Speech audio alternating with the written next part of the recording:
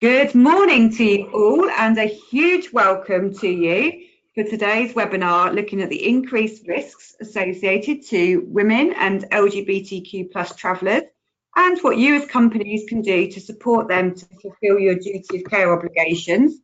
This webinar is brought to you in partnership with Orbit World Travel. My name is Erica and I'm the Operations Manager here at Maiden Voyage. And I'm here to simply run through a little bit of housekeeping with you, and our founder and CEO, Carolyn Pearson, will be delivering this key information to you today. This webinar will last for about 45 minutes to an hour, and it is being recorded. And slides that you see here today are copyright of Maiden Voyage. There's going to be a couple of polls released throughout this session, so please do be responsive to these. And there will be time for questions at the end.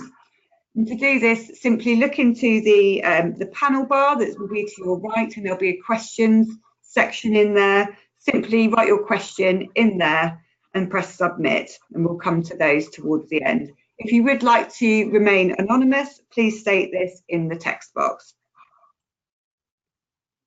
So Brendan has kindly given us a quote to share with you, as you can read on the screen. We too are absolutely delighted to partner with Orbit World Travel, and we hope today to share some top tips and advice for you and your travellers. And Carolyn's going to tell you more. So I don't need to read out the quote that you can see on the screen. I'm sure you can read that perfectly well for yourselves. But as I say, just to reiterate, absolutely delighted to be partnering with Orbit World Travel. So thank you for that quote, Brendan. So let's move on. Having won numerous awards, for those of you who don't know, Maiden Voyage has been widely featured in the international press, including the BBC, The Economist and The Guardian. Carolyn is a regular speaker on the international speaker circuit on the subject of female and LGBTQ plus business traveller safety, and represents women travellers on the GBTA, which is a Global Business Travel Association Risk Committee. So without further ado, I'm delighted to hand you over to our founder and CEO, Carolyn Pearson. Over to you, Good morning. Thank you, Erica. Good morning, everybody. It's a pleasure to be with you. I'm going to run through the agenda for the session today. I'm going to start by telling you a little bit about Maiden Voyage. We're going to just explore the subject of whether or not a gender agenda is appropriate when we're talking about travel risk. I'm going to give you an introduction to our traveller safety e-learning and some top tips to provide I'm going to provide you with some top tips to help you to safeguard your diverse travellers. And as Erica said, there will be some time for some questions at the end.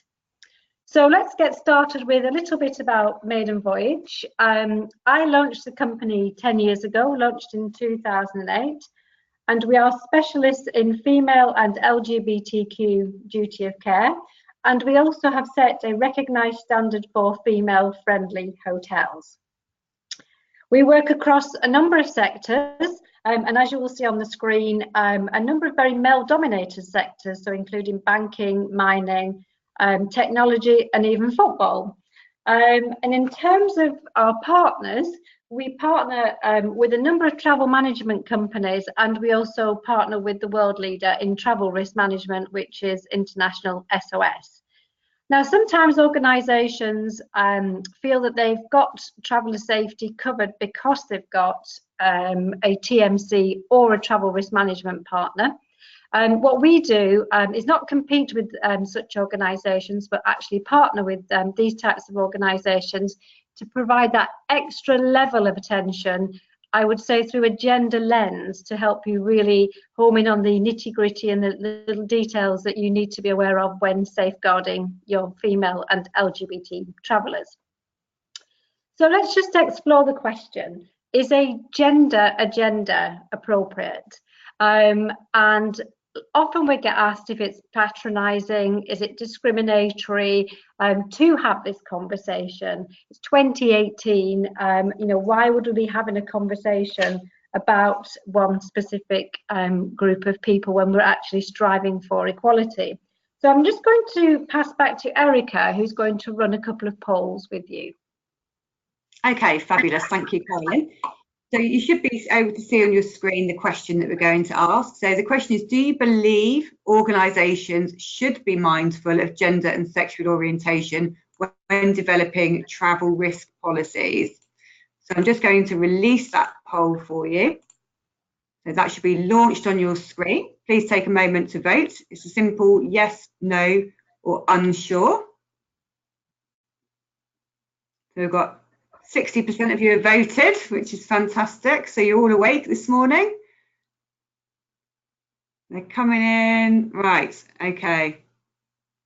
Brilliant, we're at 100%. Everybody's awake. Right, let's close that down. I'm going to share that with you. So the results there, so 86% believe that it should be considered, 7% say no, and 7% are on the fence and they're not sure. I'm just going to hide that one now. So I'm just going to ask you another question, another poll here. So this next question will come up on your screen. Do you currently factor in, so this is within your organisation, factor in gender and or sexual orientation when looking at your travel and travel risk policies? So that's launched. So simple yes, no answer.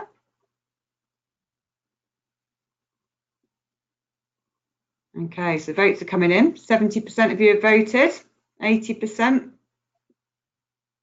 You're going to get hit 100% again.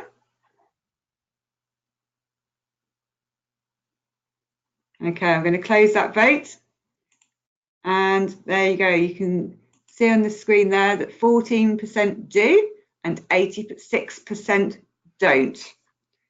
So Carolyn, back over to you. Thank you, Erica. So that's quite encouraging that we have such a high number of you who do believe that you should look at travel risk through a gender lens. And actually, we did a webinar yesterday, and in the first poll we did, it was only 70% here when we ran it, and we had 92% today. So you're sort of bang in the middle from the two webinars that we've done around the rest of the world. So as I said, let's just get the elephant in the room, and hopefully some of you fence sitters might decide one way or the other based on the next few slides that I'm going to share with you.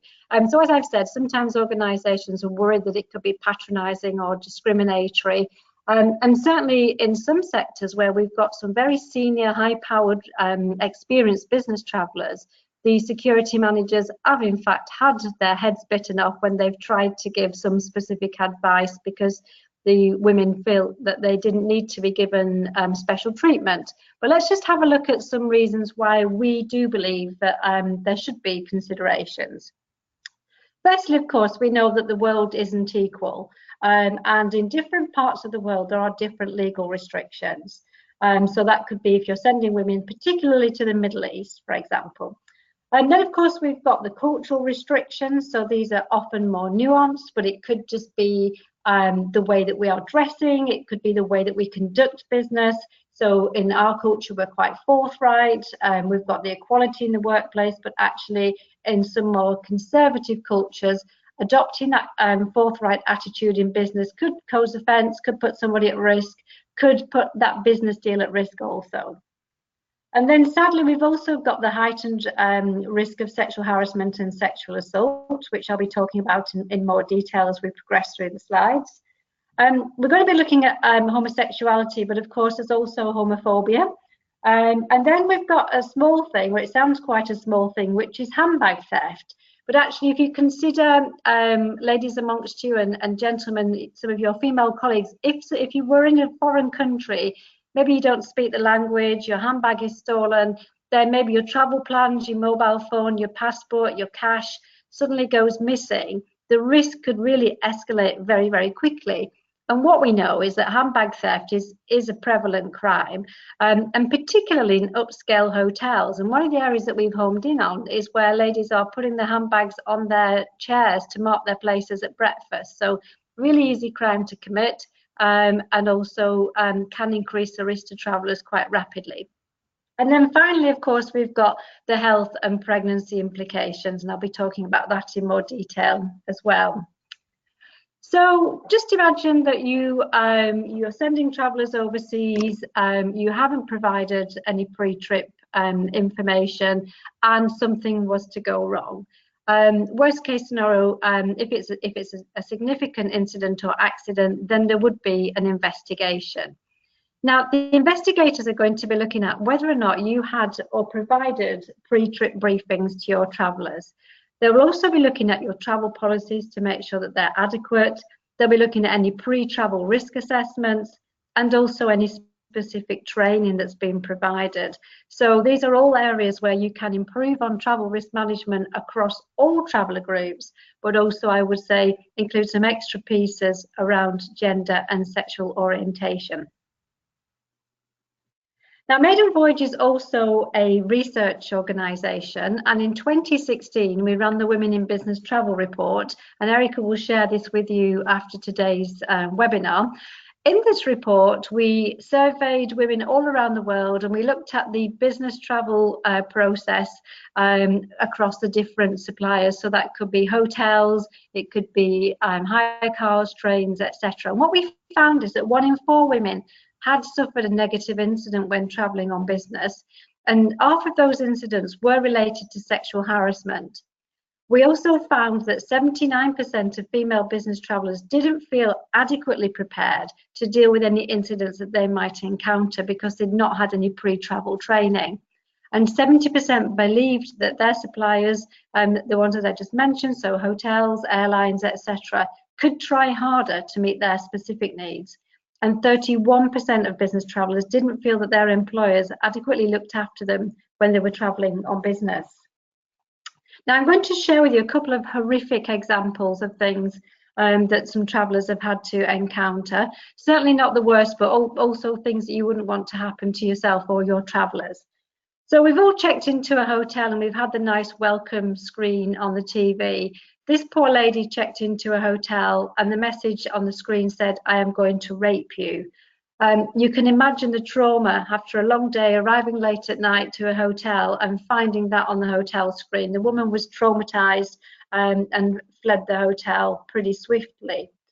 We have another example of some onboard sexual harassment. Now, this is the area that we're conducting our next piece of research. So the Women in Business Travel Report Aviation is going to be looking specifically at what women want from the aviation sector, but also homing in on the increase in number of reports of sexual harassment, sexual assaults on aircraft. And I'll be giving you some strategies to mitigate against those going forwards.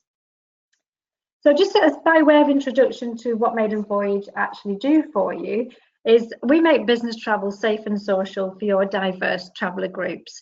And we provide global solutions to help organisations such as yourselves to safeguard your female and your LGBTQ business travellers. And of course, there is legislation such as Health and Safety at Work and Duty of Care Acts and so on, which obligate you as an employer to adequately safeguard your travellers. And so you do have that legal obligation to make sure that your travellers are going to be travelling safe. But it also makes good business sense, because what we've seen is that sometimes during the interview process, employees or candidates are quizzing potential employers about what they're providing in terms of travel safety, comfort and well-being. So in terms of the specific solutions that we offer, we have a corporate solution whereby we work with your organisation to do a gender-based travel policy and process review. So what we do is we have a look at your travel policy, we work with you to map the end-to-end process, and we look for any gaps or areas of improvement that you can apply to safeguard these specific groups. We then work with you to understand who your travel management company is, who your travel risk management company is, and we create a very tailored travel safety webinar, which will sit on your company intranet. We also give you a traveller wellbeing webinar series, which is for all of your travellers, unlimited for male and female travellers, and that will be covering subjects such as dealing with stress and anxiety related to travel, dealing with jet lag, and so on. You would also have access to our database of female-friendly hotels, and there's a chance to identify and meet other colleagues from the same organisation who are travelling to the same region, and also access to our global team of ambassadors. So that's 80 women in different cities around the world who can provide information for inbound female travellers, specifically with a female slant on that information. Next, we also provide classroom training, so female traveller safety training, a very full intensive day. We follow the end-to-end journey from pre-planning your trip to hotel safety to safe ground transportation. We look at predator psychology, conflict resolution, medical issues, fire safety. So a really full-on day looking at all elements of travel risk. And we can either do this in a solely female environment, which is quite good if you have got some women who have maybe had incidents and they feel that this safe space will allow them to disclose issues or incidents which have happened to them. But likewise, we also welcome mixed groups, because we feel that if male colleagues join the courses, they have an appreciation and an understanding of the issues impacting their female clients, the female travellers, but also they've got that information which they can use themselves and also pass on to friends and family. And of course, if you have a mixed group, then that means that members of your LGBTQ community can join without having actually outed themselves, so they can join for all manner of reasons. And the good news is that we do actually have a trainer in New Zealand, so she's migrated back from the UK. And then, of course, what we're here to look at today are our 5 e-learning modules. So we've got 5 20-minute e-learning modules which can be consumed on any internet device, so that they comprise of hotel safety, intercultural awareness, packing and pre-planning, safe ground transportation, and safe meetings and leisure. So I'm just going to talk you through some of the features and give you some snapshots of what the courses look like. As you can see on the screen, we've got a number of different look and feels around the different courses. So what we've tried to do is make the courses very vibrant, very visual. The interaction is different at every stage of the course.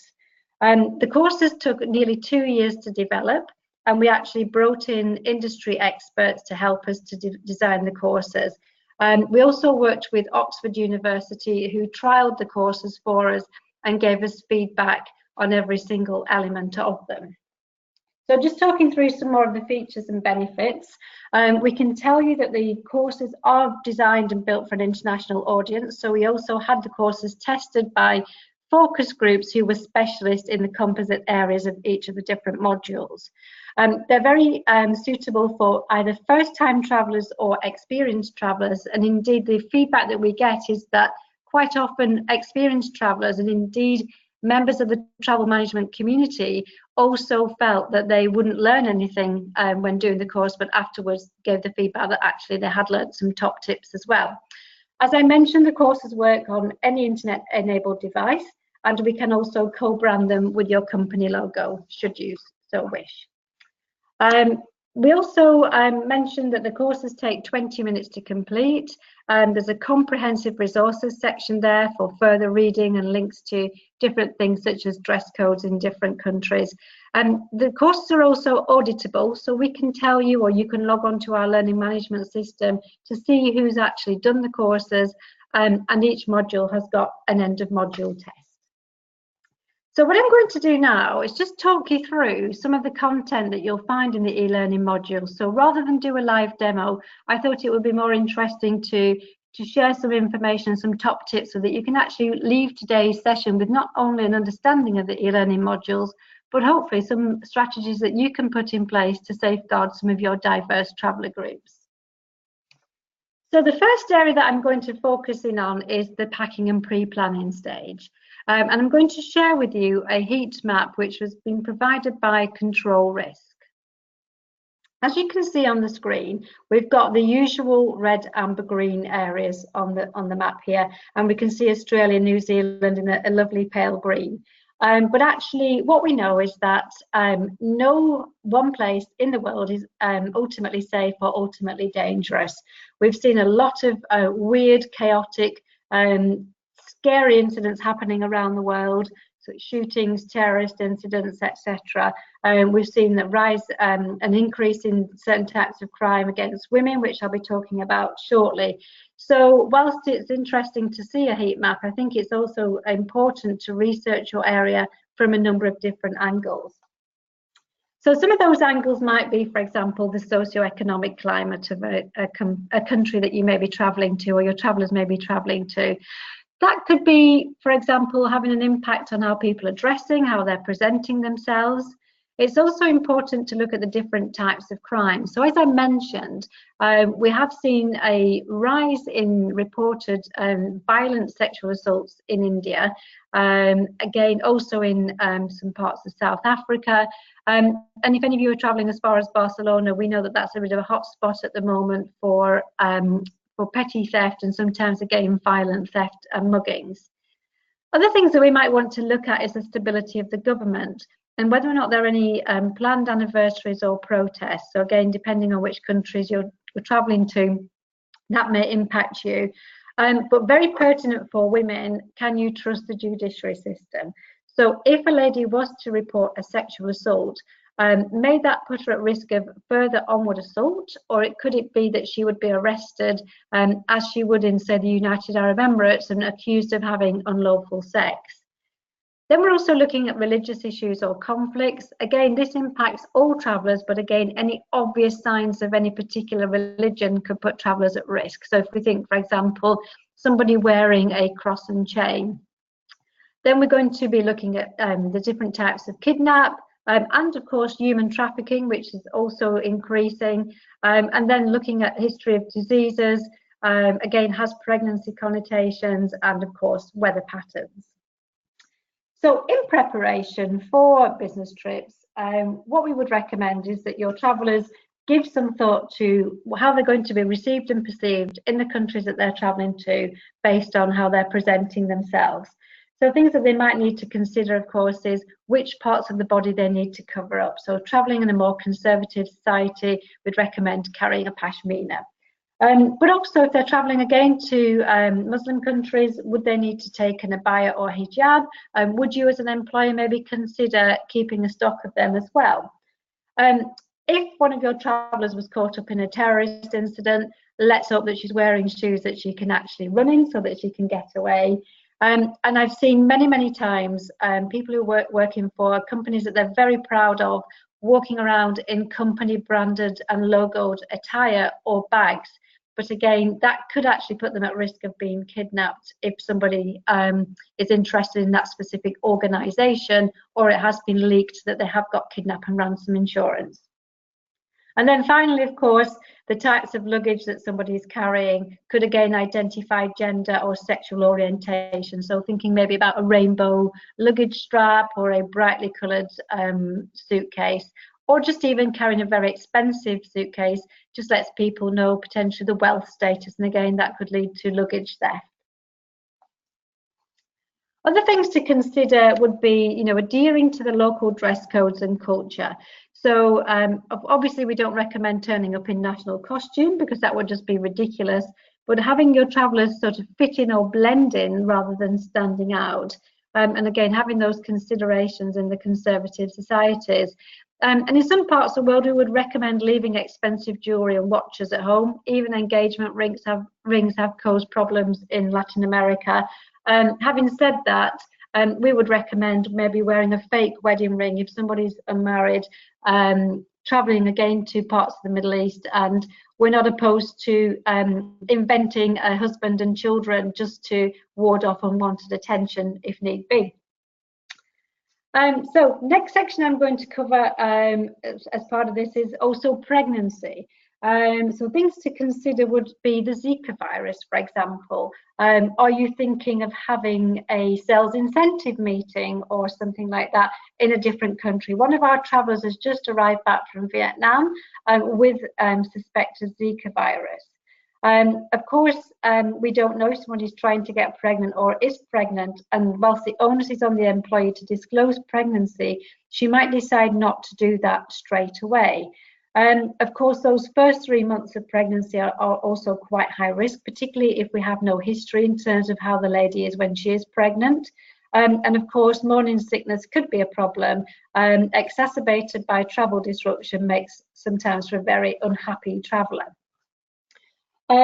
Also, what we need to consider is any vaccinations may or may not be applicable during that period of pregnancy.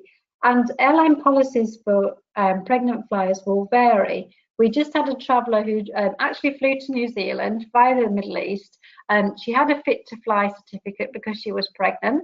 That was valid for 7 days. So when she came back, I think it was via Dubai, she presented a fit to fly certificate to the airline upon request and was told that it had actually expired. And so she was ejected from the airport and told to go and get herself a new one. You can imagine after a long flight, being pregnant in a strange country, having to sort out a visa just to get out and to get that certificate was very, very stressful for her. And of course, also one of the things to consider is insurance. Are your travellers, of course, I'm sure they are covered for insurance, but does it also cover, for example, repatriation of the baby if it comes any sooner than planned? And of course, the local medical services may not be the best ones for somebody who is pregnant. So the next section, or the next module that I'm going to talk about is intercultural awareness. So some really limitations when we're providing generic travel safety advice. We may miss out things like, reading material. So this sounds again quite insignificant, but if you imagine maybe picking up a copy of Cosmopolitan pre-flight, there may well be articles in there about sex or the best bikini body. That could be perceived as pornographic material in the country that one of your travellers are travelling to. But as I've also talked about dress code, but also thinking about makeup as well. In the West, we're quite forthright, as I mentioned, in business, but actually initiating a handshake, making prolonged eye contact, or even smiling could cause offence or could unnerve somebody from a different culture. I'm quite a tactile person, but actually hugging a male colleague in, say, Egypt would put me at risk. And of course, just understanding which types of clothes I can wear and which parts of my body I need to keep covered up is really important. Other things is where one might sit in a cab. So in some countries, it's perfectly acceptable and almost expected that you would sit in the front of a cab. But again, as a woman, doing that in the wrong culture could be seen as a sign of promiscuity or interest. As I've talked about, also reporting a sexual assault in countries such as Dubai could put me at risk of imprisonment. And then even we've seen recently 2 reports at least of people who've been arrested for having dinner in a restaurant with somebody of the opposite sex who wasn't a family member. So I'm going to just extend this section a little bit and talk specifically about the LGBTQ community, and I'm going to share with you another heat map. This one is belonging to the ILGA, so the International Lesbian and Gay Association. I would recommend having a read of this report. Erica will send you some details of this after the webinar. Again, we've got the usual red, amber, green areas. So green is where homosexuality is tolerated. Red is where it's strictly forbidden. So if we just pop on to the next slide, what we will see is that homosexuality is actually a criminal offence in 76 nations, and it's punishable by death in a number of other places. So what that doesn't mean is that you can't send anybody who identifies with the LGBTQ community to these 76 countries. What it means is that they need to be adequately briefed and understand the laws that govern them in those countries.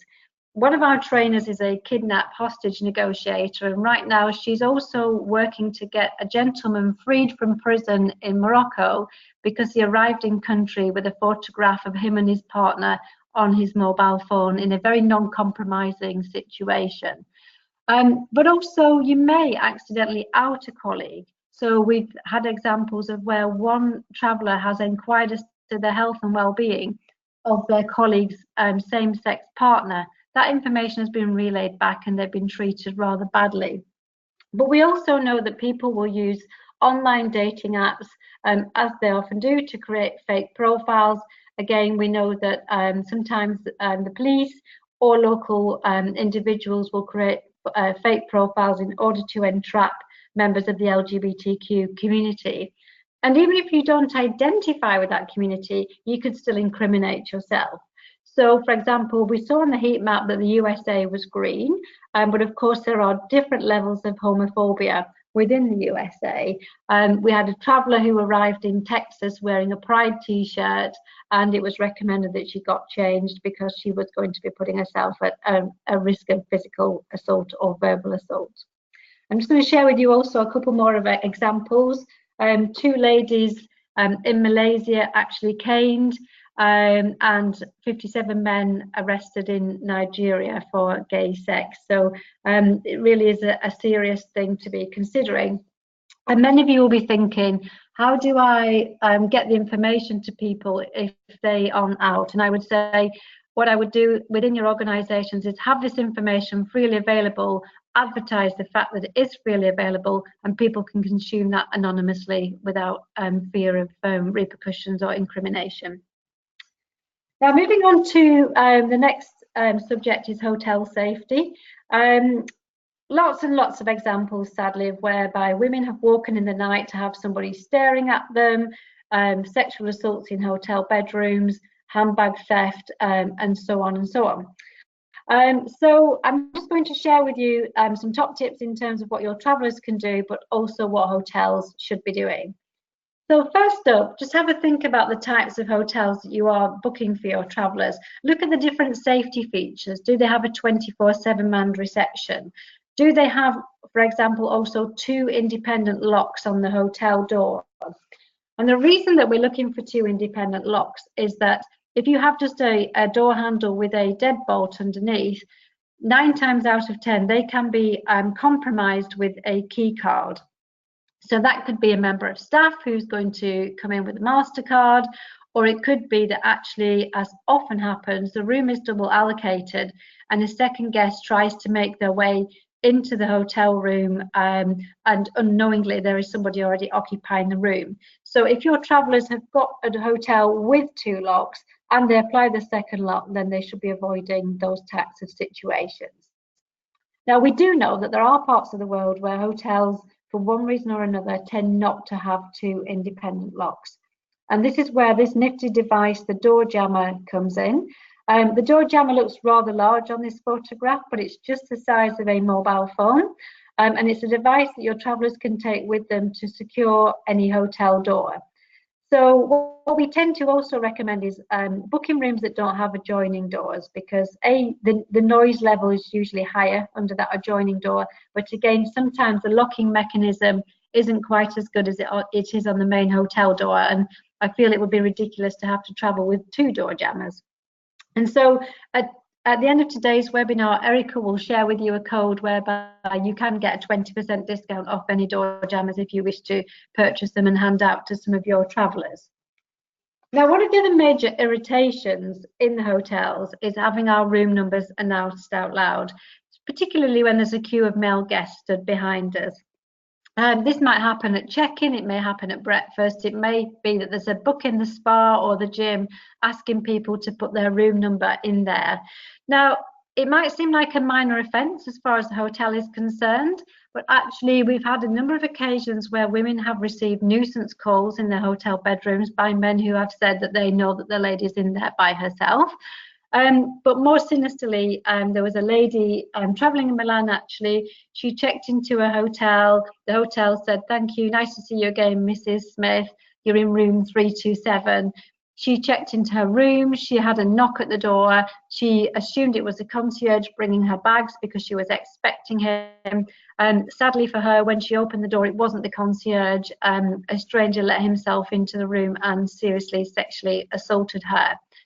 So one of the things that we train our travellers on is really that politeness should come secondary to personal safety. So we really stress that if hotels are announcing room numbers out loud, that you ask the hotel to give you another room and this time not announce it verbally. So just have that discretion there.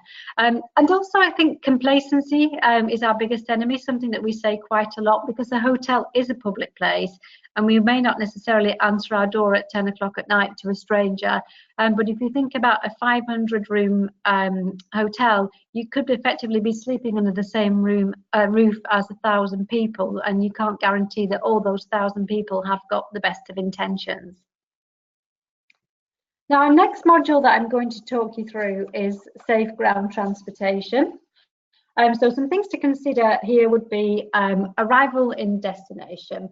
A lot of us see these signs waiting for us when we get off a flight, but it's really easy for somebody to copy a nameplate, and we see them on iPads today as well.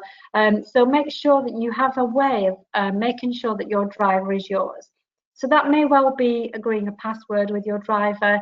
It could be that you call them from baggage reclaim, or you check their ID and password when you get out to the other side. I generally also look for evidence of my booking, so make sure that they've actually got a confirmation sheet with my name, a reference, and where I'm actually travelling to.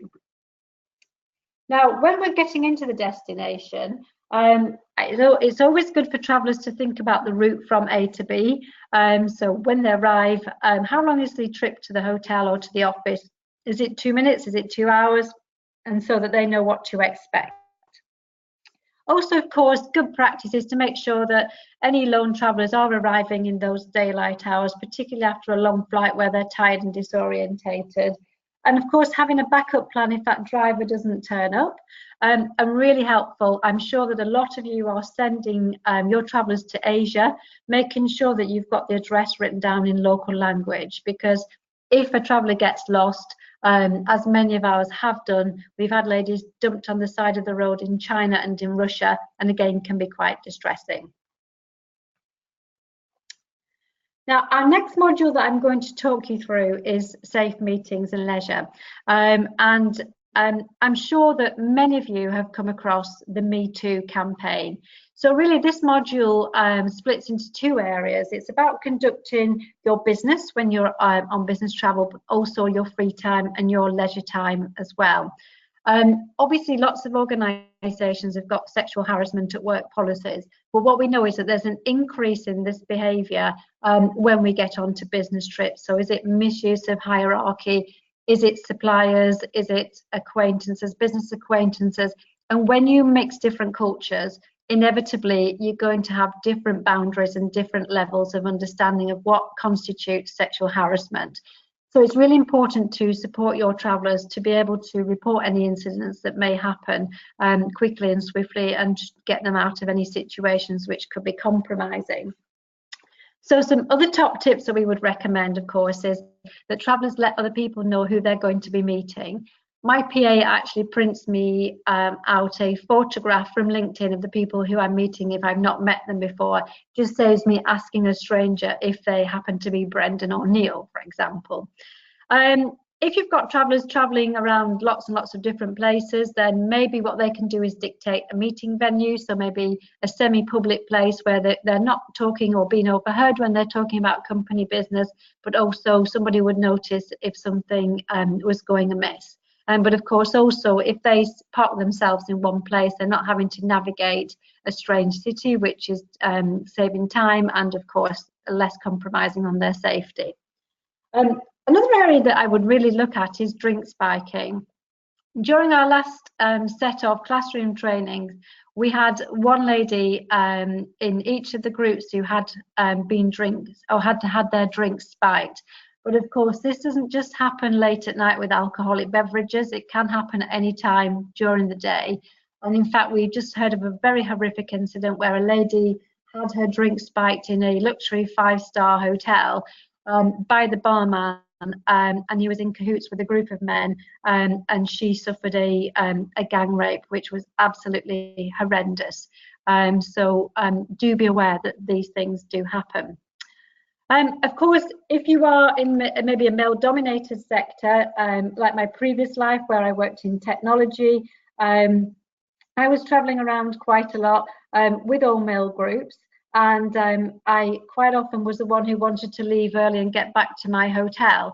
So maybe making sure that travellers have got a means of getting back when the rest of their colleagues don't wish to stay out late. And of course, again, not talking overtly loud, sharing information about the company, or maybe somebody's nationality may just put them at risk of extra interest. And of course, as I've already mentioned, making sure that those sexual harassment policies are widely available and staff understand that they also pertain to being out of the office as well as in it. I'm also going to talk a little bit around social media safety. So as we know, everybody likes to post these days, check in, share the fact that they're in the Emirates business class lounge with the obligatory glass of champagne. But actually what we know is that 75% of burglars use social media to stake out a property that they're going to rob because the occupant has shared their whereabouts on social media. But also we know that insurance companies will invalidate any claims if it's proven that information was shared online. So again, something to be mindful of. And there's actually been an increase in virtual kidnap, which is basically somebody's on a long haul flight, somebody's spotted that through shares on social media, they can contact the employer or the family and start a kidnap for ransom story, when in fact somebody's just sat enjoying their glass of champagne on a long haul flight. So again, by not sharing that information, they're going to avoid that type of risk. So that gives you a snapshot of the content which is contained in some of our courses. So just to summarise what we've done so far, we've had a look at who Maiden Voyage are. We've debated whether or not a gender agenda is appropriate. So I'd be really interested, maybe you can chat to us in the chat box for those of you who were on the fence, if you've gone one way or the other, and if the no's have been converted to yeses. We've also had a look at our travel safety e-learning modules, and I've shared some top tips with you to safeguard your female travellers. So there is going to be some time for some questions, and we're going to be taking those in a moment. But what I would also like to let you know is that there will be an opportunity, should you so wish, to request individual demos from the team here at Maiden Voyage. So Erica will follow up with an email to all of you with all the resources that we've shared throughout this morning's webinar, and details of how you can avail yourself of individual demos, or if indeed you have any specific questions pertaining to gender. So I'm just going to leave you with our contact details on the screen there, and I'm going to pass back to Erica, who can take any questions. Fantastic. Thank you very much, Carolyn. And thank you, all of you, for sticking with us and for the investment of your time. I really hope that you found it informative and beneficial. And of course, hopefully it's given you lots to consider and discuss internally with your colleagues. So we have had a few questions that have come in, Carolyn. So I hope you're on standby. The first one that's come in is, what are the first steps a business should take to safeguard their staff? Okay, so I'm assuming, is this gender specific or in general? Do we know? Gender specific. Gender specific. Okay. So one of the things that I would do is map your end-to-end processes, and hand on heart look at them and think, if I was sending my nearest and dearest to this country at this time and putting them in this hotel, would I be really comfortable with that? Because sometimes what we find is that travel management can be quite transactional, and we're working on the rates and compliance rather than looking at the duty of care aspects. So if any areas have been identified, then that's something that I would be looking to close the loop on. But also I would recommend talking to your travellers, maybe hold some focus groups, because what we find on our courses is that quite often we get disclosure of some quite horrific incidents that have happened that have not been relayed back to the employer. And so you may find that you've got some suppliers who you should maybe take out of your travel programme. So providing a means and a way for your travellers to share back with you, and I'm sure that Orbit will be happy to do this as well, to get that feedback and understand where the issues really lay. Okay, thank you. Another question that's come in here, it says, are you seeing more companies now including travel policies with gender and sexual orientation focus? In terms of actually changing the travel policy, or having specific travel policies, we're not seeing organisations that have got, a female traveller policy. We may see some clauses in there, but what we're seeing a lot more of is organisations who are putting steps in that I talked about during the, if there was like to be an investigation. So that's really doing risk assessments, pre-trip briefings, and traveller training. So it's more process and actions rather than changing policies. Okay, someone's put here, I recognise that we should do more around this area.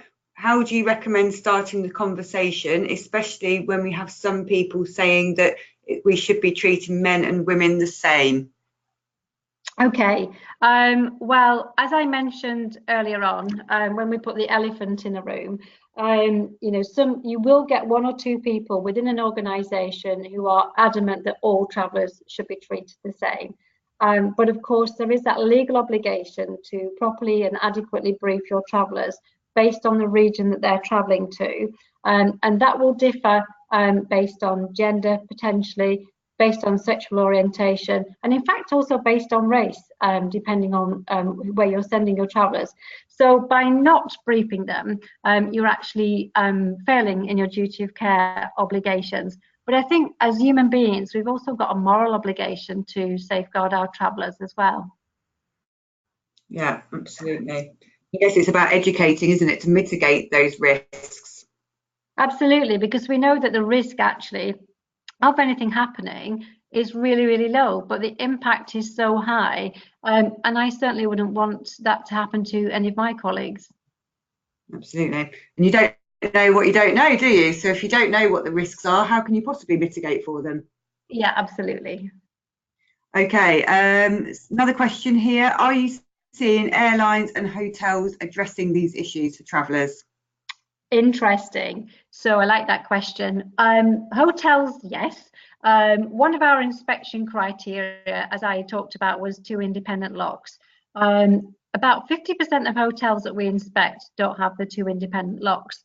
But actually, because this is increasing in terms of visibility, we're seeing in the RFP process a number of things. So employers are asking their travel management companies now what they're doing to safeguard diverse traveller groups, but they're also putting that in their hotel RFP program.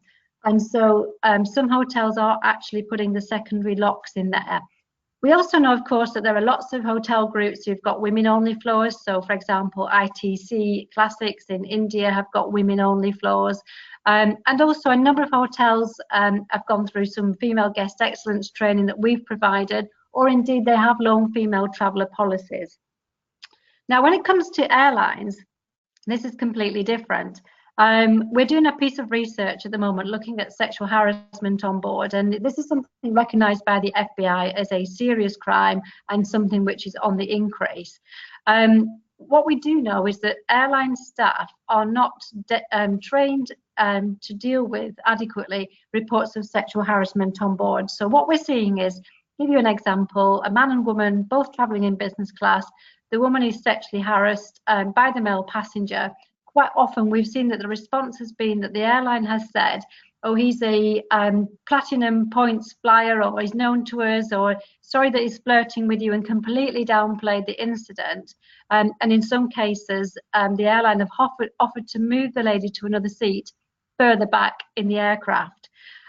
So airlines are definitely not on top of this.